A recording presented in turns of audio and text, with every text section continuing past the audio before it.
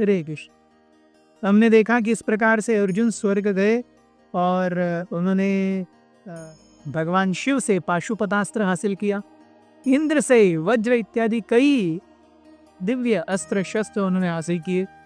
उर्वशी के साथ उनकी जो मुठभेड़ हुई वो कैसे हुई, उर्वशी के द्वारा उनको श्राप मिला, लेकिन किस प्रकार से इंद्र ने कहा कि ये श्राप अर्जुन आपको वरदान के रूप में सिद्ध होगा।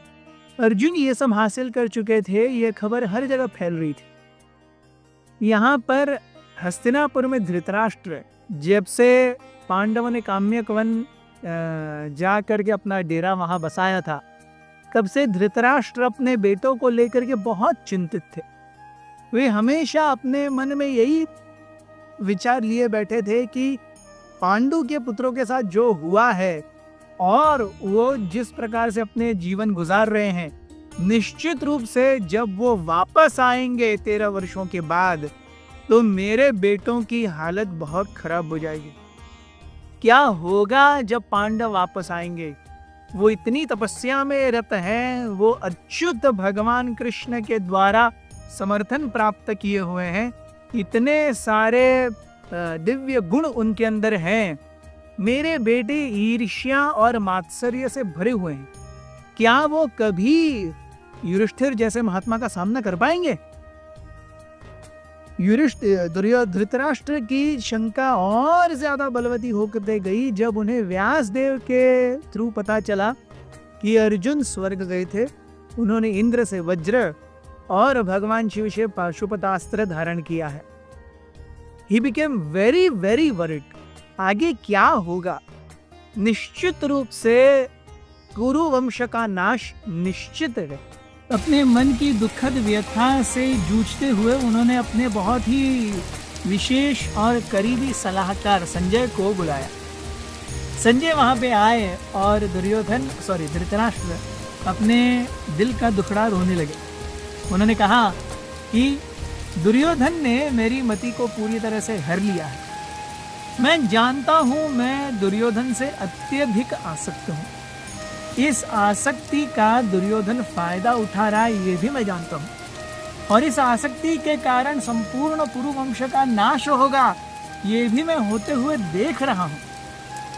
किसी भी परिस्थिति में चाहे भीष्म, द्रोण, कृपा ये मेरे बेटों के भी साथ खड़े हुए क्यों न हो, लेकिन मैं अपने बेटों को जीतते हुए नहीं देख सकता।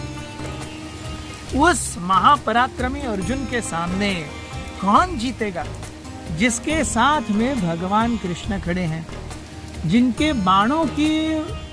बाणों का सामना बड़े बड़े देवता भी नहीं कर सकते। युधिष्ठिर और भीम उनके साथ में मिलेंगे तो पूरा कुरु वंश भी एकत्रित आ जाए, उनका सामना नहीं कर सकते। मैं पूरी तरह से अपने पुत्र स्नेह में पागल हूं, लेकिन मैं क्या करूं? मैं वो दिन दूर नहीं देख रहा जब 1 वर्ष के अज्ञातवास और 12 वर्ष के वनवास के बाद पंडु के पुत्र आएंगे और आने के बाद में युद्ध में मेरे बेटों को मार देंगे और उनका अंतिम संस्कार होते हुए देख करके मुझे बाकी सारे लोगों ने दिए हुए वार्निंग्स याद आएंगी कि अरे आप अपने बेटों को संभालो, अपने बेटों की तरफदारी मत करो। ये मुझे उस समय याद आएगा और ये मैं देख सकता हूँ, लेकिन मैं रोक नहीं सकता। ऐसा कहकर के धृतराष्ट्र की अंधी आंखों में से आंसू आने लगे। संजय सुन रहे थे। संजय ने ऐसे उद्गार बहुत बार सुने थे कि मैं क्या कर सकता हूँ, मुझे पता है सब गलत है, मैं उसको रोक नहीं सकता। ये बहुत बार संजय ने सुना था। So for Sanjay it was a rhetoric, ये होता ही रहता है। धृतराष्ट्र कहने लगे कि काश मैं दुर्योधन को थोड़ी सी अकल दे सकता, काश मैं दुर्योधन को समझा सकता, काश मैं दुर्योधन के दिमाग में थोड़ा सा दुर्योधन के दिमाग और हृदय का थोड़ा सा जहर कम कर सकता। ये कहकर के धृतराष्ट्र सिसकने लगे। संजय को दया आई और संजय ने कहा, महाराज आप जो कह रहे हैं सत्य है, केवल काल की प्रतीक्षा है कि पूरे कुरु वंश का नाश निश्चित है। मैंने भीम अर्जुन की आंखों में द्रौपदी का वस्त्रहरण होते हुए जो भाव थे वो देखे हैं। वे एक ऐसे कुचले हुए सांप की तरह हैं जो डसने के लिए रुके हुए हैं। जैसे ही उनका समय आएगा वो ऐसे विषैले दांतों से डसेंगे कुरुवंश को कि कुरुवंश पूरा जहर जहर हो करके जल के भस्म हो जाएगा और इसे कोई नहीं रोक पाएगा महाराज, आप भी नहीं। मैं जानता हूं और आप भी जानते हैं, कितने सारे महा ऋषियों द्वारा आपको बताया जा रहा था कि ये नहीं होने देना, ये मत होने देना, ये मत होने देना, लेकिन आपने अपने आंखों के सामने वो सब कुछ होने दिया जो आपके पुत्र ने नहीं करना चाहिए था, जिसे आपने रोकना चाहिए था।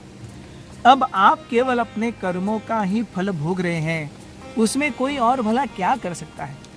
इस प्रकार से अगर व्यक्ति केवल पुत्र स्नेह के कारण अपने कर्तव्य, अपनी जिम्मेदारियां, अपने उत्तरदायित्व को भूल जाए और ब्लेटेंट पार्शियलिटी, यस, सबके सामने दिख रहा है और ऐसी अगर पक्षपात आप करेंगे तो उसका प्रभाव और उसका जो निष्कर्ष है पूरे कुरु वंश पर पड़ेगा, ये तो निश्चित है।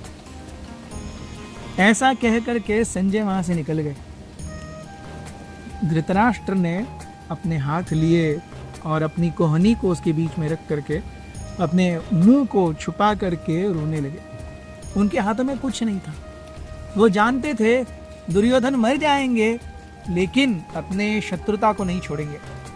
वे जानते थे कि इस शत्रुता के कारण सारा कुरुवंश, उसका नाश निश्चित है। वे बस सिसक सिसक के रो सकते थे। हरे कृष्ण। अथ श्री महाभारत कथा।